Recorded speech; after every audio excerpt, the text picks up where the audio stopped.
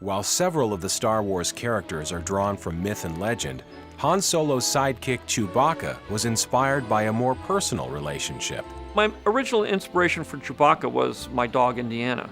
She was the one that sat there with me as I was writing the script all the time. She'd ride in the car with me and be my co-pilot. And when she'd sit in the car, she would be as tall as I am. She was an Alaskan Malamute. She was very big. I thought that was a funny image. And as I was looking for a kind of alien co-pilot for Han Solo, I immediately thought of Indiana. We had an old 30s illustration showing a hairy, ape-like creature that George kind of liked. And I said, well, let's make it more like a squirrel face or cat face, or, we tried to get something that was generic but not specific to any animal breed. We started out with the idea of him looking sort of like a lemur, and then I did one creature that had breasts down the front of it. I removed the breast because it wasn't to be a female, and I put a bandolier on there and gave him a weapon.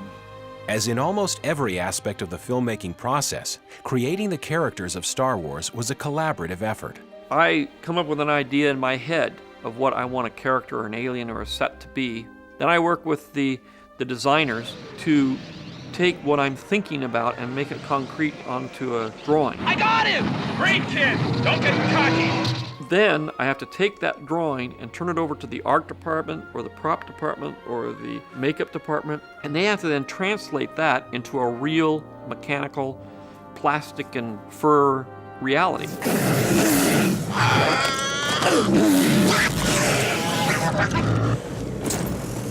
We didn't really have the ability to do animated characters at that point, so I made the decision with Chewbacca that it would be a large man in a suit. They said it was hairy and big, and that was all that they said. We arrive up there, looked around, and there is Ralph McQuarrie's drawing of a Neanderthal man. But the difference was Ralph had put Bermuda shorts and a vest on Chewie. What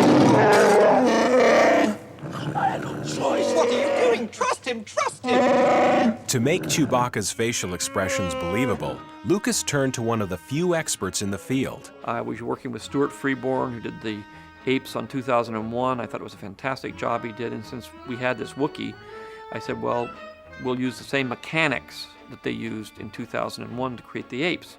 356, take 4.